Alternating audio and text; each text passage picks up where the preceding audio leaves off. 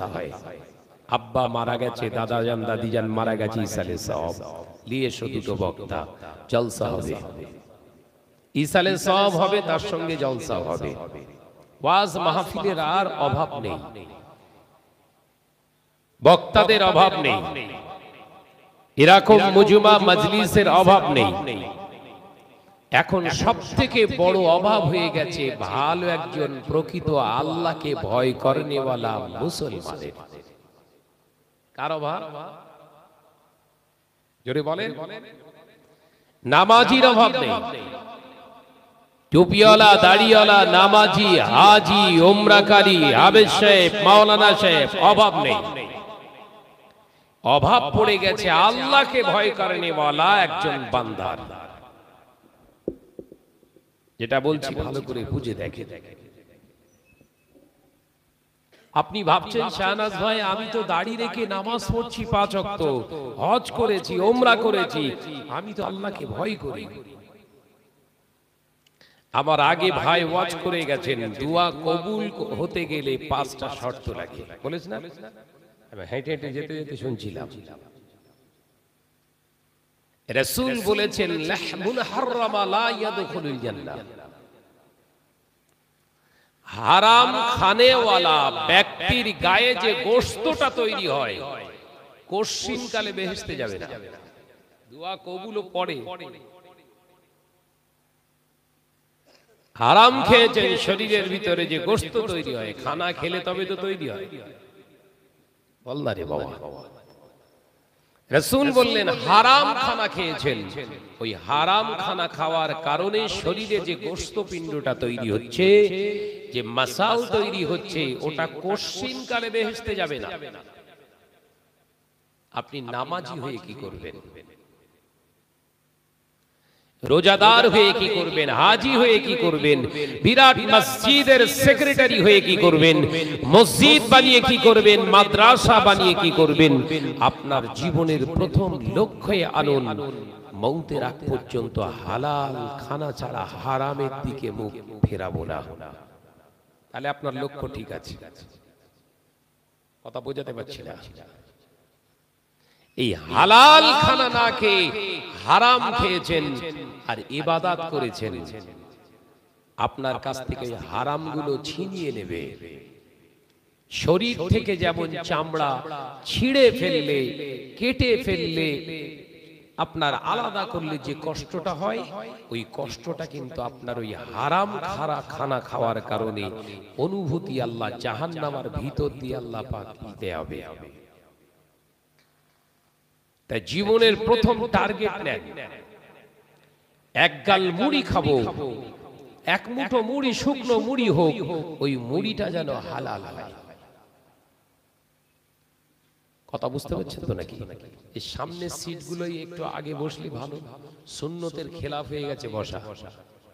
আপনাদের বলছি এই সামনের সিট খালি রেখে বসা হচ্ছে সম্পূর্ণ সুন্নতের খেলাফ।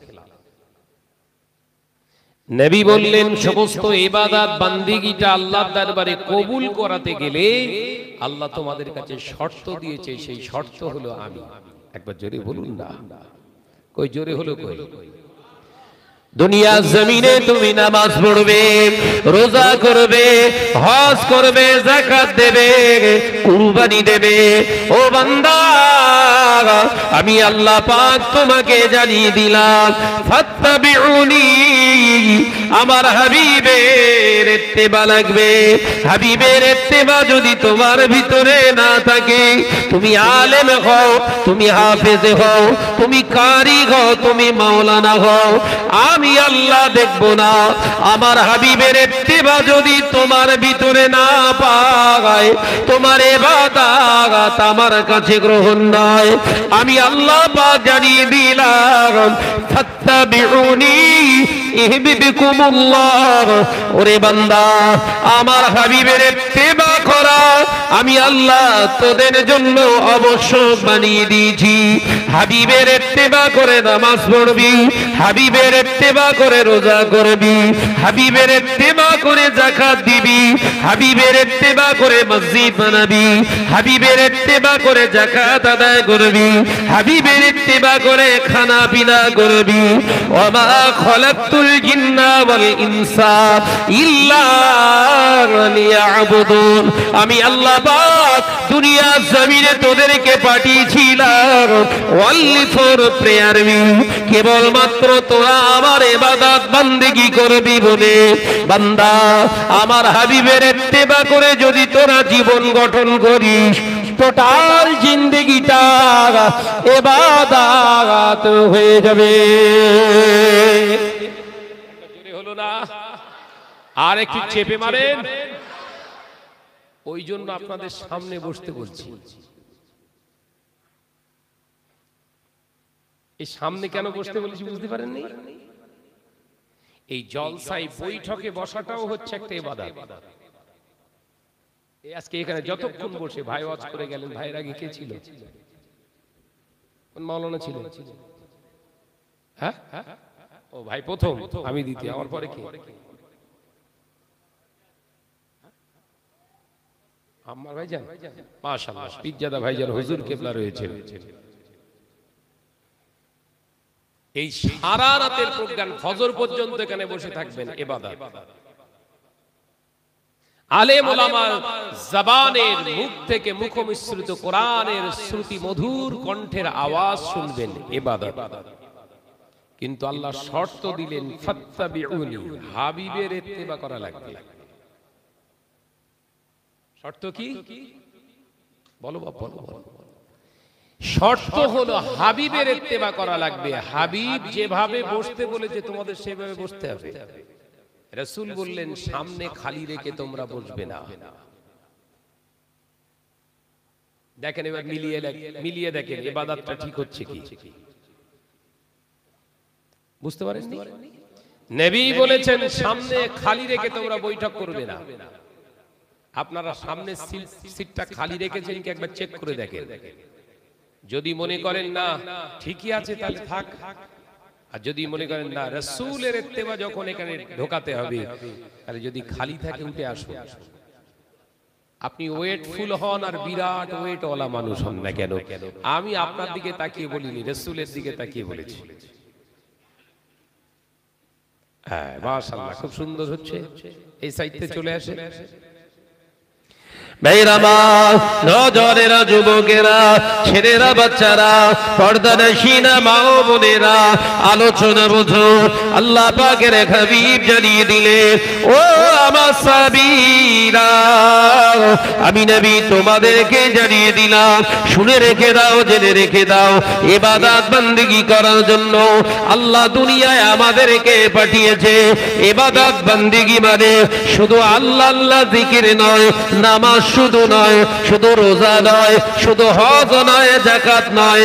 ইবাদত বান্দেগি মানে আপনার কর্মস্থ জিন্দেগিটা, গোটা লাইফটাতে যা কিছু করবে টোটালটাই হবে ইবাদত। শর্ত হলো ফাত্তাবিউনি, আমার হাবিবের ইত্তেবা করা লাগবে, আমার নবীর ইত্তেবা করা লাগবে। এই নবীর ইত্তেবা করলে আল্লাহর নবী 63 বছরের জিন্দেগিতে একদিনের জন্য তিনি হারাম মুখে দিতেন না। হুজুর আমার একদিনের জন্য হারাম মুখে দেননি। ও নওজওয়ানেরা, যুবকেরা, নবীর সুন্নাত মিষ্টি খাওয়া, নবীর সুন্নাত তো দাড়ি রাখা, নবীর সুন্নাত তো মাথায় টুপি দেওয়া, নবীর সুন্নাত তো পিরান পরা। নবীর জীবনে সব থেকে বড় একটি সুন্নাত হলো মওতের আগ পর্যন্ত নবী কোনদিন হারামটাকে কোনদিন চেখে দেখেননি। একবার জোরে হবে না? এই সুন্নাত কেউ আদায় করছি আমরা? হচ্ছে দাড়ি রয়েছে মাশাআল্লাহ, হেভি দাড়ি একদম। হ্যাঁ, উমরা করার সুন্নাত, হ্যাঁ, খুব গাব গিয়ে উমরা হচ্ছে। বলেন না, বলেন না, হচ্ছে তো নাকি? উমরা মানে পুরো উমরা করে গোমরা হয়ে ঘরে ফিরছে। ওমরা করতে গিয়ে ওমরা করে গোমরা হয়ে ঘরে ফিরছে। যদি বলেন ভাইজান এরকম বলছেন কেন, মক্কায় বসে বসে খৈনি খাচ্ছে, মক্কায় বসে বসে বিড়ি খাচ্ছে, সিগারেট খাচ্ছে। দলিল কি না মক্কা মদিনার মানুষও তো খায়। আলোচনা বুঝতে পারছেন তো নাকি? দলিল দিচ্ছে কি ওমরাকারী,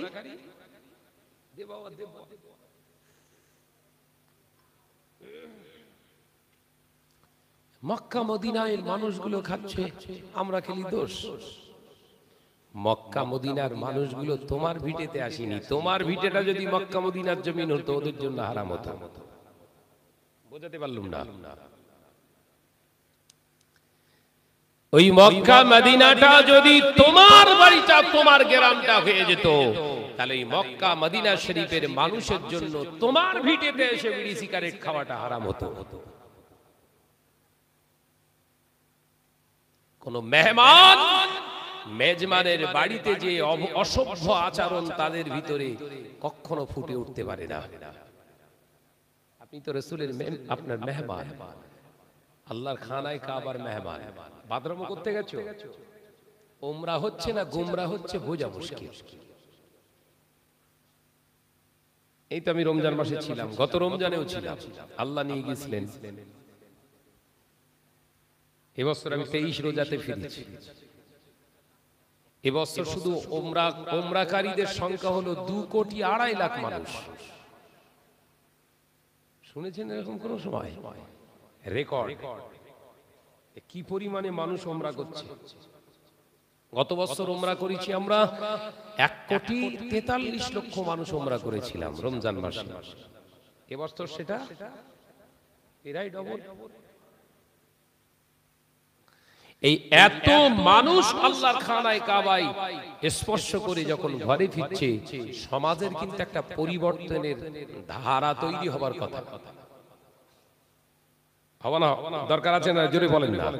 আল্লাহর খানায় কাবা স্পর্শ করে এসেছে, হাজারে আসওয়াদে চুম্মা দিয়ে আসছে, রাসূলুল্লাহর দরবার থেকে সালাম দিয়ে চলে আসছে।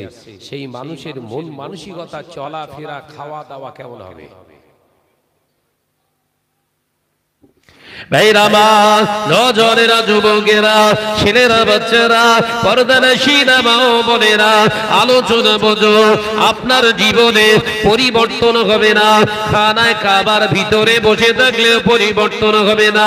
তার কারণ হলো আপনি যে অর্থটা নিয়ে গিয়েছেন হজ করতে, উমরা করতে, আল্লাহর খানায় কাবা দিদার করতে, জিয়ারত করতে, রাসূলুল্লাহর দরবারে গেলে যে টাকাটা খরচ করে গিয়েছে, খরচা করে গিয়েছে, যে টাকার বিনিময়ে গিয়েছে, ওই টাকাটা যদি হারাম টাকা হয়, শরিয়ত বিরোধী টাকা হয়, মেরে নেওয়া, কেড়ে নেওয়া, ফাঁকি দেওয়া, পৃথিবীর জমিনে এই রকম টাকা দিয়ে যদি আল্লাহর খানায় কাবায় 100 বার ঘুরে আসে, আপনার চরিত্রের কোনো পরিবর্তন হবে না। বোঝাতে পারলাম না? এইগুলোই তো সমাজে বোঝানো হচ্ছে না। হজ করা ফরজ, এই এলাকার টপ র্যাঙ্কের সুদখোর বলছে যাক হজ মেরে দে, বেরিয়ে আসি। কথা বলছে না কেন? এটাই হচ্ছে তো নাকি? ওমরা করলে রমজান মাসে সবথেকে বেশি সওয়াব পাওয়া যাবে। লটারি কোডটা চিন্তা করতে যে সব একটা দুনিয়া আসি, লটারি কেটিস তো কি হবে? ওকে ওমরা মেরে দে, বেরিয়ে আসি।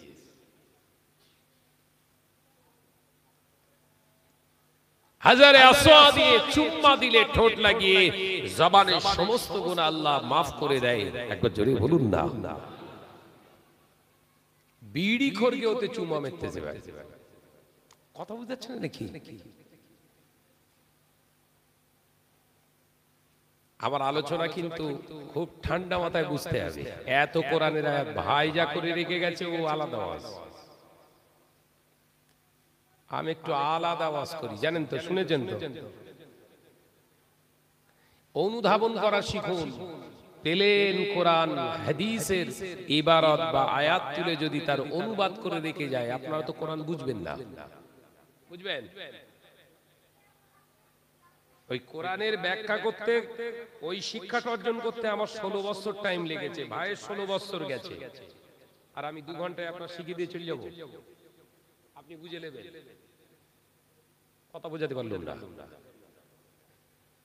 ওই কোরআনের আয়াতের অনুবাদটা, ব্যাখ্যাটা, মানেটা বোঝার জন্য আমার সময় লেগেছে ক বছর, আর আপনি 2 ঘন্টায় বুঝে নেবেন। বাহ, হেভি সিস্টেম তো। ভ্রান্ত জায়গা থেকে বেরিয়ে আসুন। আচ্ছা, ওটা ছাড়েন। দ্বিতীয় নাম্বার, নবী পাক সাল্লাল্লাহু আলাইহি ওয়াসাল্লামের কাছে আয়াতে কারিমা এক একটা সূরা ধরে আসি। একটা সূরায় 200 আয়াত আছে, 250 আয়াত আছে, একসঙ্গে নাযিল হতে পারত তো। ধারাবাহিক ভাবে এসেছে। কিভাবে? আজকে 7 আয়াত, আবার স্টপ 1 সপ্তাহ। আল্লাহ পাঠাচ্ছেন কোরআন জিবরাইলের মাধ্যমে। জিবরাইল নবীর কাছে কোরআন আনছে, তিনি একটু একটু করে দিচ্ছে কেন? একসঙ্গে দিয়ে দেবে তো? তার মানে কোরআনটা আমাদের কাছে সহজ সুলভ্য জায়গা নয়। এই কোরআনটার ব্যাখ্যা, এই কোরআনটার অনুধাবন, অনুভূতির জায়গাটা আজকে মুসলিম সমাজের ভিতরে নেই বলে আজকে দেখেন যে ঘরে কোরআন রাখা আছে তাকে ওই ঘরেতেই সুদের কারবার চলছে। এই কথা বলছেন না কেন? যে ঘরটায় কোরআনে তাকে কোরআন আছে, ওর পাশের টেবিলে টেলিভিশন চলছে। সব ভুল হয়ে যাচ্ছে বোধহয়, কথা ভুলে যাচ্ছে বোধহয় নাকি? যে কোরআনটা ঘরেতে আছে ওই ঘরটাতেই গান বাজনা চলছে। যে ঘরটায় কোরআন শরীফ তেলাওয়াত হচ্ছে ওই ঘরের পাশেই আবার ড্যান্স চলছে। এ নওজওয়ানেরা, যুবকেরা, ছেলেরা, বাচ্চারা, তার মানে এটাই দাঁড়ালো কোরআন আমার কাছে থাকতে পারে, কোরআন আমার বাড়িতে থাকতে পারে, কোরআন আমার ঘরেতে থাকতে পারে। ওই কোরআনটাকে বোঝার না জন্য, ওই কোরআনটা না অনুধাবন করার জন্য ওই কোরআনী জিন্দেগি আমার জীবনে আসেনি, ওই কোরআনী জিন্দেগি শাসন আমার জিন্দেগিতে আসেনি, আমার পরিবারের জীবনে আসেনি, আমার সংসারের জীবনে আসেনি। যার অজুহাতে, সুযোগ নিয়ে শয়তান আপনার বাড়িতে পৌঁছে দিয়েছে সুদের কারবার, শয়তান আপনার সেই সুযোগটা নিয়ে পৌঁছে দিয়েছে জেনার কারবার, সেই সুযোগটা শয়তান নিয়ে আপনার ঘরেতে কেবিলের তারটা দিয়ে দিয়েছে। বোঝা যাচ্ছে? কোরআন আছে বলে ঘরে, আর আমরা ওই কোরআনটা বুঝতে গিয়ে 16 বছর শেষ হয়ে গেছে আমার।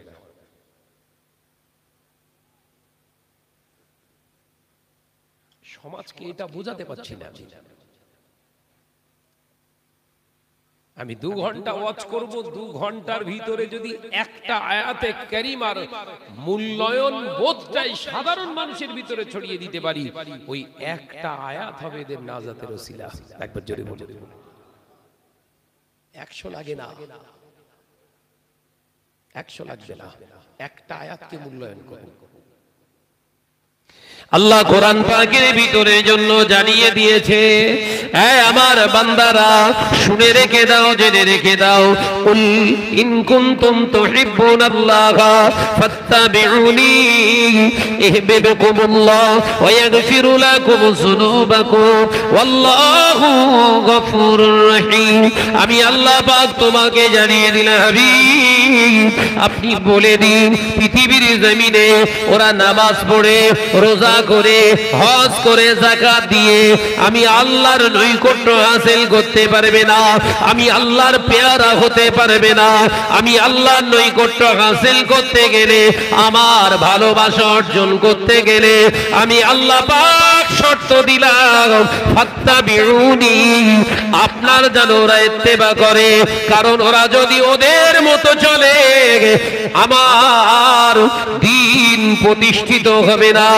আমার দিনকে প্রতিষ্ঠিত করার মূল কারিগর হলেন আপনি। আপনার অনুসরণ করাটা আপনার উম্মতের জন্য অবশ্য করে দিলাম। এবার এবার নবীকে নিয়ে একটু বিশ্লেষণ করুন। নবী সংসার করেছে, বিবাহ করেছে, স্বামী স্ত্রীর সম্পর্ক করেছে, সন্তান নিয়েছে, ব্যবসা করেছে, করেছে তো নাকি? বলদারে বাবা, দিনের দাওয়াত করেছে, রাষ্ট্র শাসন করেছে। কথা বলছেন না কেন? কোনটা বাদ গেছে রাসূল? মদ খাননি, জুয়া খেলেননি, তাস খেলেননি, সাট্টা খেলেননি, জেনা করেননি। ভালো করে বুঝুন নবীর ইত্তেবা কোনটা। এই জায়গা থেকেই মুসলিম সমাজ ধ্বংস হয়ে যাচ্ছে। সমাজে এরকম কিছু প্রচলিত বাক্য রয়েছে, যা করছিস কর, নামাজটা ঠিক পড়, বলে না? এরকম বাক্য আছে না? যা করছিস কর, নামাজটা পড়। তার মানে যা করছে করবে, নামাজটা পড়লেই হয়ে যাবে। এটা কোনো ঈমানি কথা হলো? মুসলমানের কথা এটা না মিয়া। যা করছিস কর, নামাজটা পড়, এটা কোনো ইসলামের বাণী নয়। চালিয়ে দেয়া হয়েছে। যেমন চালিয়ে দিয়েছি কি, টাকা থাকলেই হজ। কি টাকা থাকলে হজ? 1000 কোটি টাকা আপনার, 1000 কোটি টাকা, তাও আপনার হজ ফরজ হয়নি যদি কিনা ওই 1000 কোটি টাকাটা হালাল টাকা না হয়। কথা বোঝাতে পারলেন না? ক টাকা বললো? জোরে বলেন বাবা, জোরে বলেন। 1000 কোটি টাকার মালিক আপনি, কিন্তু ওই টাকাটা হালাল উপায়ে উপার্জন করা না, আপনার জন্য হজ ফরজ না, জাকাত ফরজ না, কুরবানি দেওয়া ওয়াজিব না আপনার। ওই কুরবানির গোশত যারা খাবে সব মার খাবে। এই তো বললি সানাদ খারাপ হয়ে যাচ্ছে তো।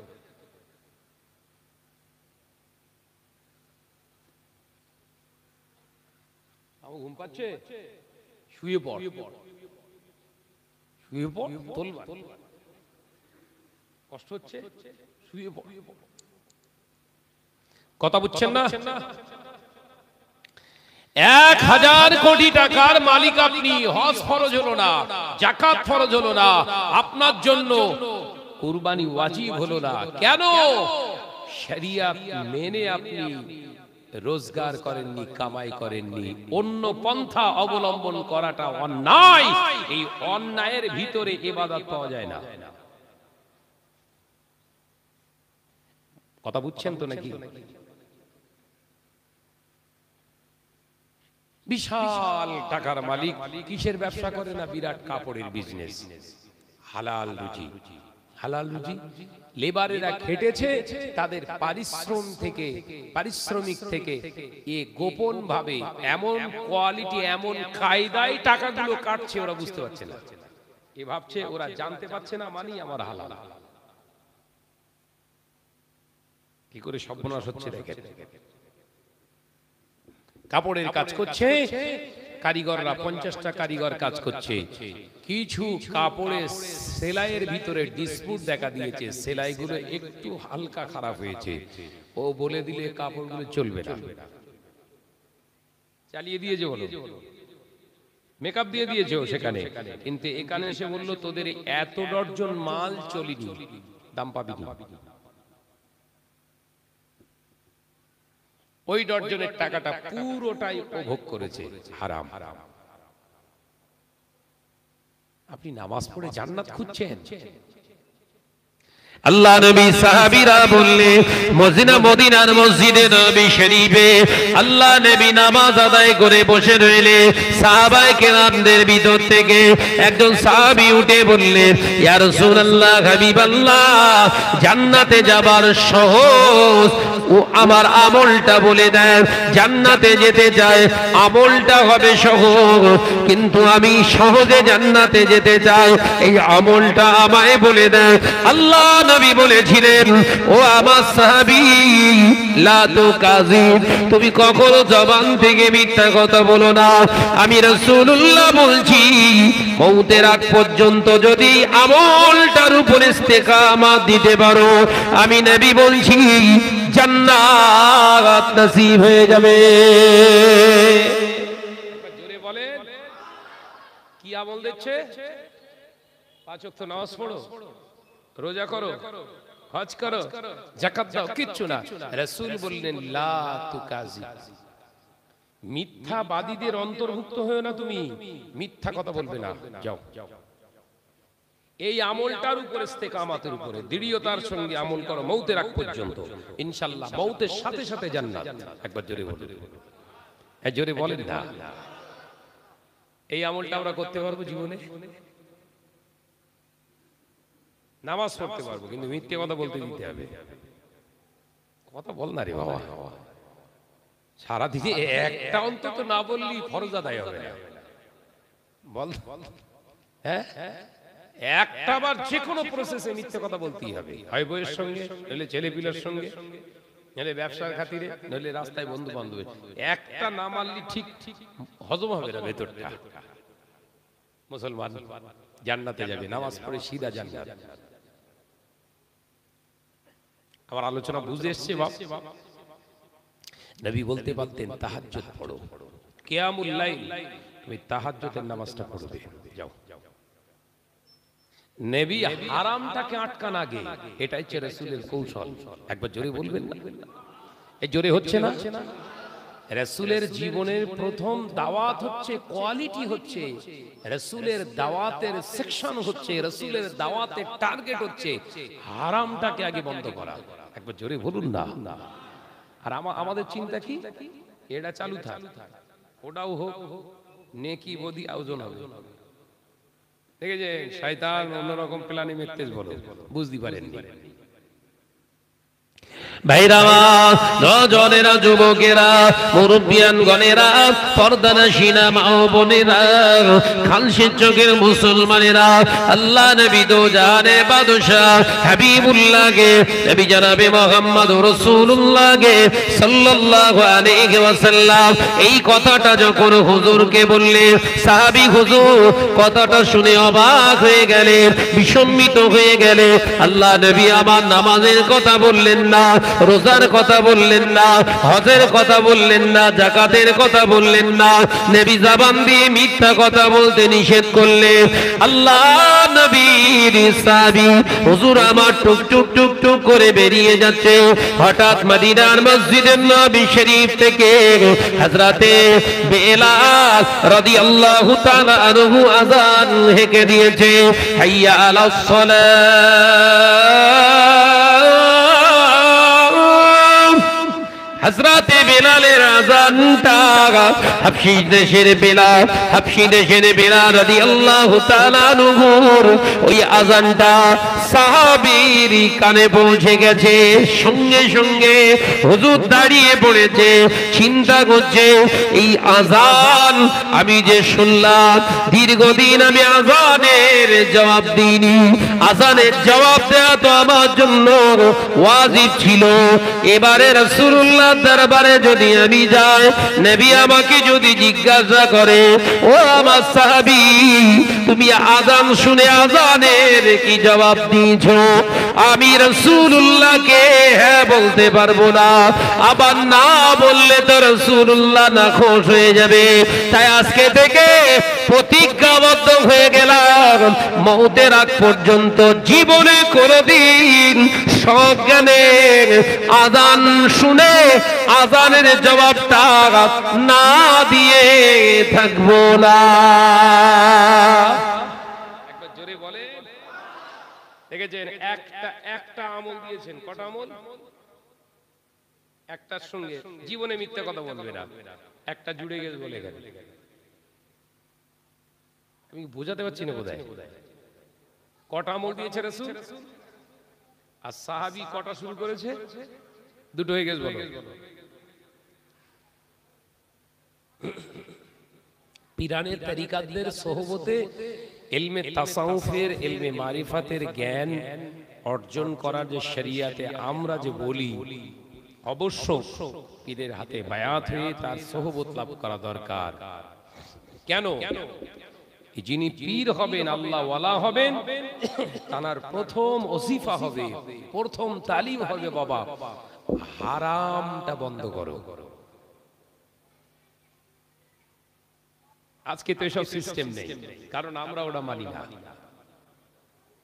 আমি পীর সাহেব বলে দাবি করলে আপনি আসবেন, পরিষ্কার বলে দেবো ফজরের নামাজের পরে 100 বার দরুদ শরীফ পড়বে, যাও চলে যাও। সুদ করে ভাবলো এই আমলটা করলে ডাইরেক্ট জান্নাত। হারাম বন্ধ হয়নি বল, কথা বুঝতেছেন তো নাকি? পীরানের তরিকা হুজুরগণ এইভাবে আমল করাতেন, হারাম তার আগে দেয়াল তুলে দিতেন, দিয়ে টুকটুক করে এবার ওজিফা দিতেন। জোরে বলুন না সুবহানাল্লাহ। ভাইরামা, নওজওয়ানেরা, যুবকেরা, ছেলেরা, বাচ্চারা, পর্দানশীনা মা ও বোনেরা, আল্লাহ নবী সাহাবী মনে মনে মনে মনে ভাবছে আজানের জবাবটা তো দিয়ে দিলাম, কিন্তু রাসূলুল্লাহ দরবার থেকে বেরিয়ে যাচ্ছি, এই আজানের পরেই তো জামাত হয়ে যাবে, এই জামাতে নামাজটা আমার পড়ার প্রয়োজন, আমার জন্য তো ওয়াজিব, এই ওয়াজিবটা তরক করলে আবার কাবিরা গুনাহ হয়ে যাবে। শুধু গুনাহ হবে না, আমার নবী যদি জিজ্ঞাসা করে, ও গো আমার সাহাবী, তুমি কি জামাতে নামাজ আদায় করো? জামাতে কি নামাজ আদায় করো? জামাতে কি সালাত আদায় করো? আমি আমার নবীকে, আমি যদি নামাজ না পড়ে থাকি জামাতে হ্যাঁ বলতে পারবো না, না বললে আবার নবীর মনে কষ্ট দেয়া হবে। তাই না না না, আজকে থেকে প্রতিজ্ঞাবদ্ধ হয়ে গেলাম, তাকবীরে উলার সঙ্গে জামাতে নামাজ আদায় করব। জোরে বলো। রাসূল দিয়েছিলেন কটা, এখন হয়েছে কটা?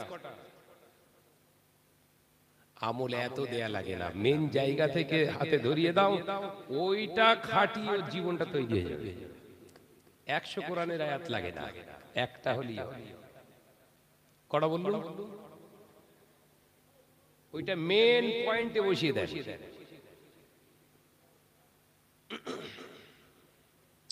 মুসলিম সমাজ আজকে যে অস্থিরতা, ওয়াকফ অ্যামেন্ডমেন্ট বিল পাস করেছে, আইন হয়ে গেছে,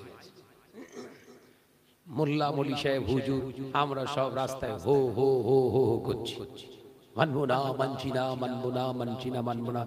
গুলিবিদ্ধ হয়ে 3টে পড়ে গেছে, শুনেছেন তো নাকি? 3টে বডি পড়ে গেছে। আচ্ছা, আজকে আবার ভাঙড় দক্ষিণ 24 পরগনায় খণ্ড যুদ্ধ হয়েছে মোল্লাদের সঙ্গে পুলিশের সঙ্গে। কথা বুঝতে পেরেছেন তো? হচ্ছে, ও হবে, কিচ্ছু করার নেই, হবে। কিন্তু যারা ময়দানে আমরা নামছি, আমরা বলছি আমাদের জন্য ওয়াজিব হয়ে গেছে, ফরজ হয়ে গেছে ওয়াকফ অ্যামেন্ডমেন্ট বিলের বিরোধিতা করা, আমাদের জন্য ফরজ। বলছি তো, কথা বলছেন না কেন? এই মোল্লা মলি সাহেবগুলো একবারও বলেছে বাবা নামাজ আদায় করে তাই এই ফরজটা আদায় করতে হবে? আন্দোলনে যাচ্ছে, মাথায় টুপি, তাকবীর দিচ্ছে, নারায়ে তাকবীর, আল্লাহু আকবার। জোহরের নামাজ স্লিপ খেয়ে গেছে, কথা বোঝাতে পারলো না। জোহরের নামাজ কি খেয়ে গেছে? কাজা। 1000 গ্রুপ সংগঠন যদি আন্দোলন করে, এরা কামিয়াবি হতে পারবে না। লিখে রেখে দেন। ভুল বলে ফেললাম বোধহয়। নামাজ কার হুকুম? জোরে বলেন না। আল্লাহর হুকুম। ওয়াকফ শব্দের ওয়াকফ লিল্লাহি মানে কি? আল্লাহর নামে দান করেছে তো। ওয়াকফ মানে কি? ওয়াকফ শব্দের অর্থ হলো দিয়ে দেওয়া। কার? লিল্লাহ, আল্লাহর জন্য। আল্লাহ সম্পদ করে দিয়েছেন। আল্লাহ বললেন আমার সম্পদ হেফাজতের জন্য বেনামাজির দরকার হয় না। আমি বুঝাতে পারছি না বোধহয়। আমার সম্পদ হেফাজতের জন্য বেনামাজিরা যদি আন্দোলন করে আমার সম্পদ বাজাবে, স্বপ্ন দেখে, এটা তাদের চিন্তা ভুল।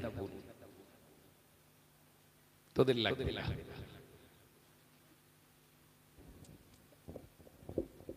সবচেয়ে মজার বিষয় হচ্ছে এইগুলো, যে জায়গাগুলো আজকে আমরা ছেড়ে দিয়েছি, যেগুলো আল্লাহ ফরজ করেছিল সেগুলো আমরা ধরাছোঁয়ার বাইরে রেখে দিয়েছি, অন্যটা নিজের জীবনে ফরজ করে নিয়ে দৌড়দৌড়ি হচ্ছে।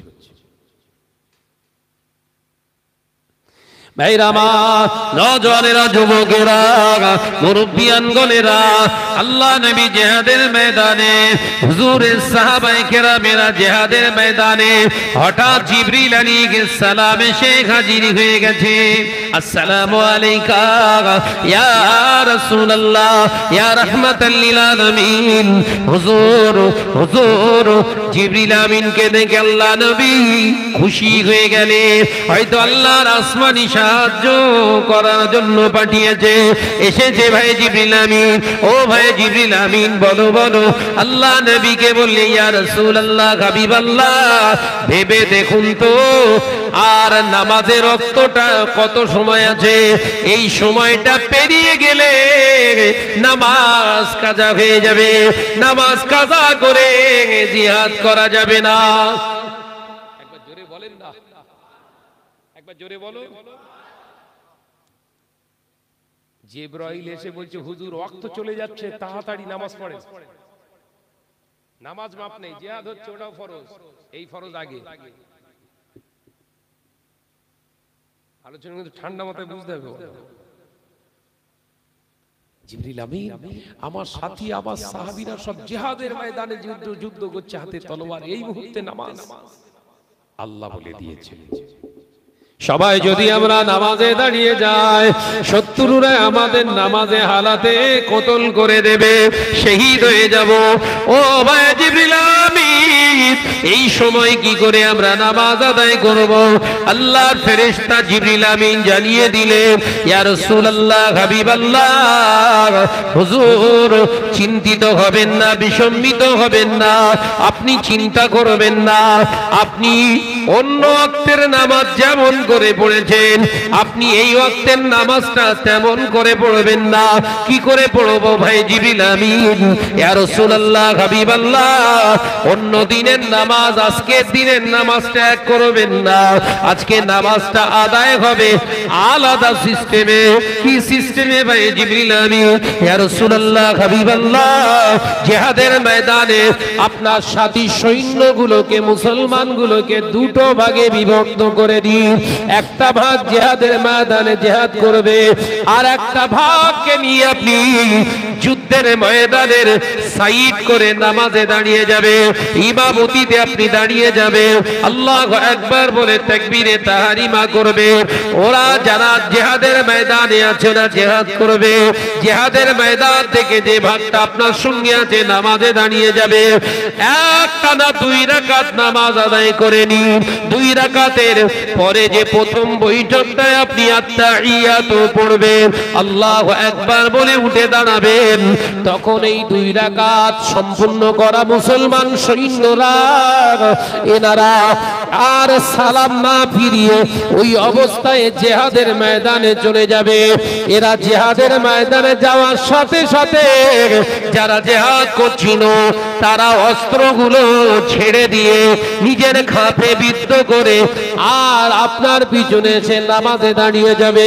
ইয়া রাসূলুল্লাহ, হাবিবাল্লাহ, এইরকম অল্টারনেট করে নামাজ হবে। হুজুর আজকে জিহাদের ময়দানে এইভাবে নামাজ কিন্তু আদায় করতে হবে, নামাজ আপনার মাফ নাই। একবার জোরে বলে, ওই জোরে হলো কই? আন্দোলনে তো ফোয়ারা উড়ে যাচ্ছে।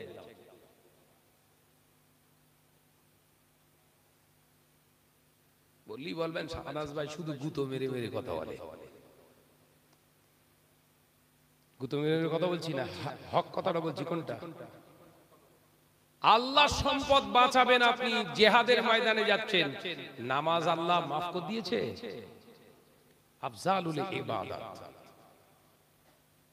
আফজালুল ইবাদাতু ইবাদাতুস সালাহ, নামাজ হচ্ছে উত্তম ইবাদত। ইবাদত যত আছে উপাসনা, সব উপাসনার শ্রেষ্ঠ ইবাদত হচ্ছে নামাজ। একবার জোরে বলুন। তোমার ভিতরে নামাজ নেই, আন্দোলন করে আদায় করবা।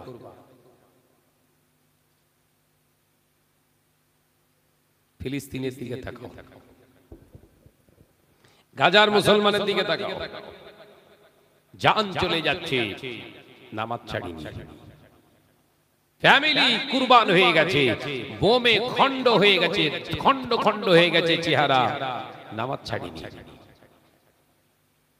ওপর থেকে বোম্বিং করছে, ট্যানেলের ভিতরে যে নামাজ হচ্ছে, তোমার নামাজ কই? 18 মাস ধরে 40,000 সৈন্য জেহাদ করছে 4.5 লক্ষ সৈন্যের বিরুদ্ধে। এদের সমস্ত রকমের মাল মেটেরিয়ালস, যত রকমের অস্ত্র শস্ত্র আছে সব প্রয়োগ করছে। ওরা চুপচাপ সময় সময় ঘামের দিচ্ছে একটা করে। এই আজকে একটা ঘাম মেরেছে 11 জন জায়গায় শেষ, শুনেছেন?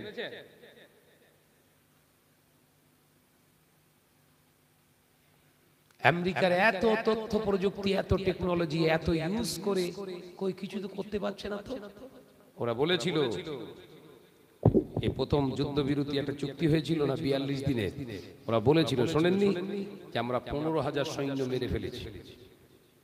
কত হাজার? 15,000 হামাস সৈন্য মেরে দিয়েছি।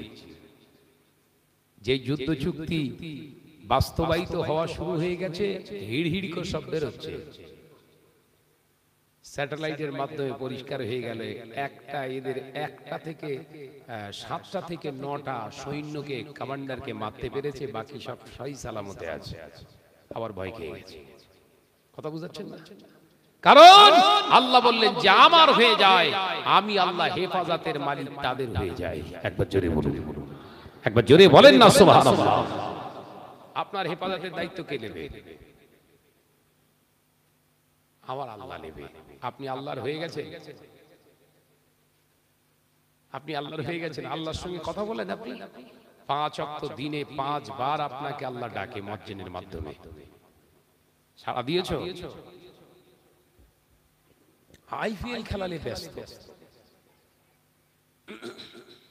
বেরামা নজরেরা, মুরব্বিয়ান গলেরা, ছেলেরা, বাচ্চারা, পর্দা নশিনা মা ও বোনেরা, আলোচনা বোঝো।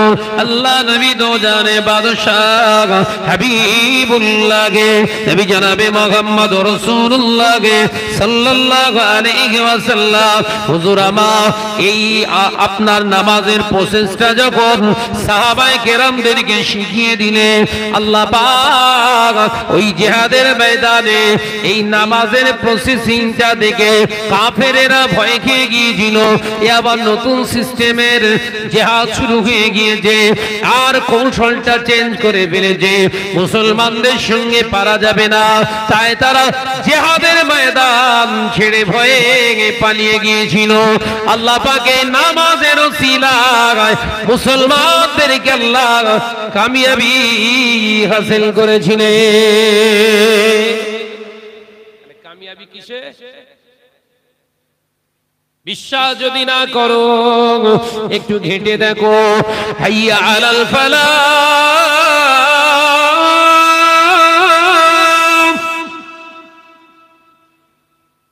এর মানে কি? হাইয়া আলাল ফালাহ, এর ভিতরেই তোর কামিয়াবি আছে, এর ভিতরেই তোর জীবনে সাকসেসফুল আছে, এর ভিতরেই তোর জীবনে ডেভেলপ আছে। সেটা কি? হাইয়া আলাস সালাহ, এই নামাজের জন্য আয়, এই নামাজের দিকে আয়, এই নামাজের জন্য তোরা আয়। হাইয়া আলাল ফালাহ কেন আসবি? আমি আল্লাহ বলছি, এই নামাজের ভিতরে তোর কামিয়াবি। ও নজনেরা, মুরব্বিয়ান গলেরা, আমার সোনা চাঁদ ছেলেরা, ভাইয়েরা, বাবাজিরা, ভালো করে বুঝো। আল্লাহ নবী জানিয়েছিলেন, বাবা সাহাবীরা, আজকে জিহাদের ময়দানে আমরা জয়ী হয়েছি, আল্লাহ আমাদের জয়ী করেছে। আল্লাহর নামাজটা আমরা সঠিকভাবে আদায় করতে পেরেছি। আল্লাহ নামাজের প্রতি সন্তুষ্ট হয়ে আল্লাহ বিজয়ের ঝান্ডাটা মুসলমানের হাতে তুলে দিয়েছে। তুমি কার অনুকরণ করো? মুসলমান?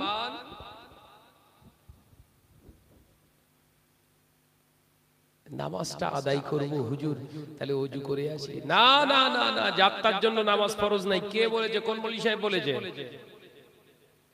যাত্রার জন্য নামাজ ফরজ নয়, ইমানদারের জন্য নামাজ ফরজ। কার জন্য? জোরে বলে বাপ। ভেজাল ইমান না। ভেজাল ইমানের দুটো একটু উদাহরণ দেই নাকি? দেই নাকি? বুঝতে পারবেন না। ভেজাল ইমান শোনেননি? ঈমান এনেছেন আমান্তু বিল্লাহি ওয়া মালাইকাতিহি ওয়া কুতুবিহি ওয়া রুসুলিহি, এই তো নাকি? ঈমান এনেছেন আল্লাহ আপনার এক, আল্লাহ অদ্বিতীয়, আপনার রব আল্লাহ, আপনার সব আল্লাহ। কিন্তু আবহাওয়া দপ্তর বলে দিয়েছে আগামীকাল বজ্র বিদ্যুৎ সহ, বজ্রপাত সহ বিরাট কড়া, বিরাট দাপটে হাওয়া হবে, কালবৈশাখী ঝড় হবে, শিলাবৃষ্টি হবে। এ নজনের যুবকেরা হতে পারে এই কথাটা কলিকাতা আবহাওয়া দপ্তর, আলিপুর দপ্তর থেকে বলে দিয়েছে। আপনি নামাজি, ঈমানদার, নামাজ পড়েন, আপনার বিশ্বাস হয়ে গিয়েছে কালকে কালবৈশাখী ঝড় হবে, শিলাবৃষ্টি হবে, বিরাট জোরে বাতাস বইবে। এই যে বিশ্বাসটা আপনি ভিতরে এনেছেন, আপনার ঈমান তার ভিতরে ভাইরাস ঢুকে গিয়েছে। এই ভাইরাস ঈমান নিয়ে আল্লাহর সামনে দাঁড়ালে এই ঈমানের নামাজ কবুল হবে না। বোঝাতে পারছি না বোধহয়? আলোচনা ঢুকছে? এইসব ভাইরাস আছে না নাই? আবহাওয়া দপ্তর বলে দিয়েছে হবে না হতে পারে, কোনটা কোনটা বলে? হতে পারে, সম্ভাবনা, তার মানে হতে পারে, নাও তো পারে। কিন্তু এই কেলো মোল্লা কি বলছে? বলো বাবা, বলো। এ কি বলছে? কালকে বিরাট ঝড় হবে। হ্যাঁ, কোত্থেকে সংবাদ পেলি, কে বললো? তো বলে ও আবহাওয়া দপ্তর বলে দিয়েছে। আমার আলোচনা মাথায় ঢুকছে তো? এই ঈমান নিয়ে যদি আল্লাহর কাছে সাহায্য চান, জীবনে পাবেন না। স্ট্যাম্প মেরে দেবো, কাগজ দিয়ে আসেন, স্ট্যাম্প মেরে দিচ্ছি। দ্বিতীয় নাম্বার ঈমান, আপনার ঈমানের ভিতরে ভাইরাস ঢুকেছে। ওই ভাইরাসটা কি? শুনে না, জেনে না। ও মুরব্বিয়ান গণেরা, পর্দানাশীনা মা ও বোনেরা, অসুস্থ হয়েছে শরীর, ডাক্তারের কাছে গেলাম, ডাক্তার ওষুধ দিল, ওষুধটা খেয়ে শেফা দান করেছে আল্লাহ, আমি সুস্থ হয়ে গিয়েছি। একজন ঘরের ছেলে আমাকে জিজ্ঞাসা করছে, শাহনাজ ভাই আপনি অসুস্থ ছিলেন, এখন তো মোটামুটি দেখি সুস্থ, আপনি কোথায় কি করলেন? আমি বলে দিলাম মাথায় টুপি আছে, মুখে দাড়ি আছে, জুব্বা আছে আমার, আমি নামাজি, পরিষ্কার ভাবে উত্তর দিয়ে দিলাম। আপনার ভগবতীপুর বাজারে একটা ভালো ডাক্তার এসেছে, ওই ডাক্তারের কাছে গিয়েছিলাম, এমন এমন ওষুধ দিয়ে দিয়েছে, ওই ওষুধ আমাকে সুস্থ করে তুলেছে। জানবেন 1000 বছর সেজদায় পড়ে গেলেও আপনার ইবাদত আল্লাহর দরবারে কবুল হয়নি, কারণ আপনি কমপ্লিট ঈমানদার নন। আপনার ঈমানের ভিতরে ভূত ঢুকে বসে আছে। কথা বুঝতে পারছো বাপ? এরম বলে না, বলে না ওষুধ না খেলে আমি বাঁচবো না, এই বললেন। হায়াত মৌতের মালিক আল্লাহ। তাহলে বাক্যটা শিখেননি, মুসলমান নামে পরিচয় দিচ্ছ। পরিচয় দিতে কিভাবে দিতে হবে না, ভগবতীপুর বাজারে একটা ডাক্তার এসছে, খুব ভালো শুনলাম, গিয়েছিলাম, উনি সব চেকআপ ফেকআপ করে ওষুধ দিয়েছে, আলহামদুলিল্লাহ। ওই ওষুধটা ডাক্তারটা দিয়েছে, হয়তো ওর ওসিলাতে আল্লাহ আমাকে অনেকটা সুস্থ দান করেছে। আপনি ঈমানদার। ইন্তেরাম বলে ওরে ওই ওষুধটা দেন, হইলে আমি বাঁচবো না, হয়ে গেছে। ওই অবস্থায় যদি মারা যায়, বেঈমান অবস্থায় মরে যাবে। কিন্তু এই ঈমানের ট্রিটমেন্ট নেই, রোগ সারে নেই, ভিটামিন দিচ্ছে। কথা বুঝতে পারছেন নাকি? রোগের ট্রিটমেন্ট করে নেই, ভিটামিন ওষুধ খাওয়াচ্ছে শুধু। আমাদের ওয়াজ নসিহতের সিস্টেমটা এরকম হয়ে গেছে, রোগ ধরে ট্রিটমেন্ট করবে না, ভিটামিন দাও। এই নেকি, ওই নেকি, সেই নেকি, এত নেকি, অত নেকি, সব চলছে। এই চলছে না? জোরে বলেন না রে বাবা। তাকবীর দেন, নারায়ে তাকবীর। কঠিন অবস্থা। তাকবীর দেন, নারায়ে তাকবীর। জোরে হয় না নারায়ে তাকবীর? প্রাণ খুলে দরুদ শরীফ আল্লাহুম্মা।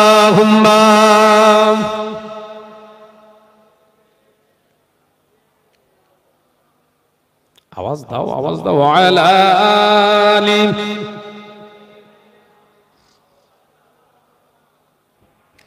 আল্লাহ আল্লাহ আল্লাহ আল্লাহ আল্লাহ আল্লাহ সুবহানাল্লাহ আল্লাহ আল্লাহ আল্লাহ আল্লাহ আল্লাহ আল্লাহ সুবহানাল্লাহ ইয়া রহমানু ইয়া রহিমু ইয়া মালিকু ইয়া কুদ্দুসু আল্লাহ আল্লাহ আল্লাহ আল্লাহ আল্লাহ আল্লাহ সুবহানাল্লাহ জয় জয় লা ইলাহা ইল্লাল্লাহ মাশাআল্লাহ মাশাআল্লাহ জোরে জোরে লা ইলাহা ইল্লাল্লাহ জমিন ও আসমান যা কিছু আছে জমিন ও আসমান যা কিছু আছে রবের নামে জিকির করে জোরে হবে না আর কি জোরে হবে না আল্লাহ আল্লাহ আল্লাহ আল্লাহ আল্লাহ আল্লাহ সুবহানাল্লাহ জোরে লা ইলাহা ইল্লাল্লাহ লা ইলাহা ইল্লাল্লাহ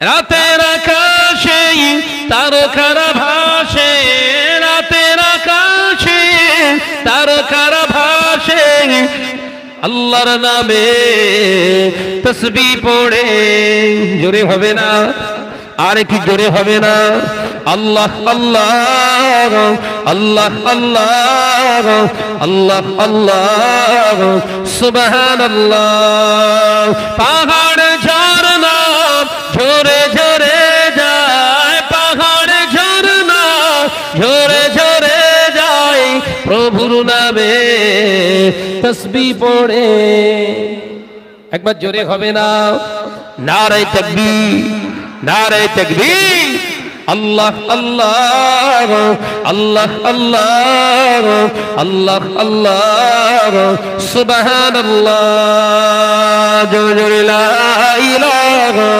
ইল্লাল্লাহ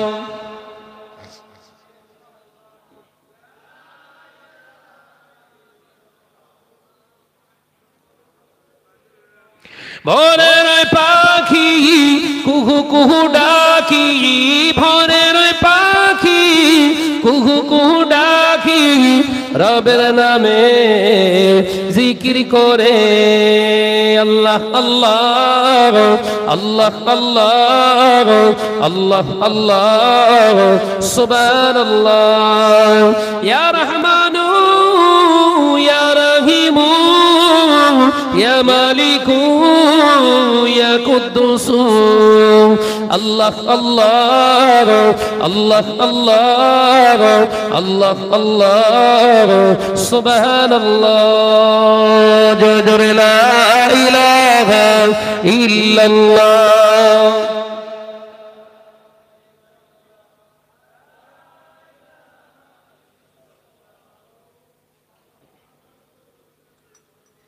আমার নওজওয়ানেরা যুবকেরা মুরব্বিয়ান গণেরা ছেলেরা বাচ্চারা পর্দানশীনা মা ও বোনেরা আমি আপনাদের বোঝাতে চেয়েছিলাম তাহলে সবের জায়গা থেকে আপনি নামাজ পড়ুন রোজা করুন হজ করুন আর যাকাত দেন যা কিছুই দুনিয়া জমিনে করেন না কেন নবীর ইত্তেবা ছাড়া আপনার কোনো কাজ আল্লাহর দরবারে গ্রান্টেড হবে না ও নওজওয়ানেরা আপনার জীবনে সাকসেসফুল আপনার জীবনে কামিয়াবি এনে দেবে যে রাস্তা সেটা রাসূলুল্লাহর রাস্তা সেটা আমার আল্লাহ পাকের পছন্দনীয় রাস্তা ওই রাস্তা ছেড়ে দিয়ে অন্য কোন রাস্তায় যদি কামিয়াবি খুঁজতে চান ওই জায়গায় কামিয়াবি তো হবে না বরঞ্চ ধ্বংস হয়ে যাবে ও নওজওয়ানেরা মুরব্বিয়ানগণেরা আমরা জানি নামাজ আমরা পড়ি কিন্তু এই নামাজটা সকলের জন্য নয় প্রকৃত ঈমান ইমানদারদের জন্য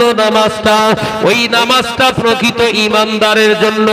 কিন্তু আপনি ভাবছেন আমি আল্লাহ আছে বিশ্বাস করি, কিন্তু আপনার বিশ্বাসটা আমি দুটি উদাহরণ দিলাম ওই রকম। ওষুধের উপরে ডিপেন্ড করতে হয়, নেতা মন্ত্রীদের উপরে আপনার ডিপেন্ড করতে হয়। এই রাষ্ট্রনায়ক না থাকলে আপনার বিপদে পড়ে যাব। ও মুসলমান, এটা আল্লাহর উপরে ঈমান আনা হয় না। বাবাজিরা, ভাইরা, সোনার মানিকেরা, তাহলে নির্ভেজাল একটা ঈমান আপনার ভিতরে স্থাপন করুন। দ্বিতীয় নাম্বার হলো আপনার শরীরটাকে পবিত্র করুন। ঈমান কমপ্লিট হলো, এইবার দ্বিতীয় কাজ হচ্ছে আপনার শরীরটাকে পবিত্র করা। আপনি ভাবছেন 100 বালতি পানি মাথায় ঢেলেছি, গোটা শরীরটা ধুয়ে ফেলেছি মানে আমি পাক। না মিয়া, ওটা আপনার ধারণা ভুল। গোসলের ফরজ হলো 3।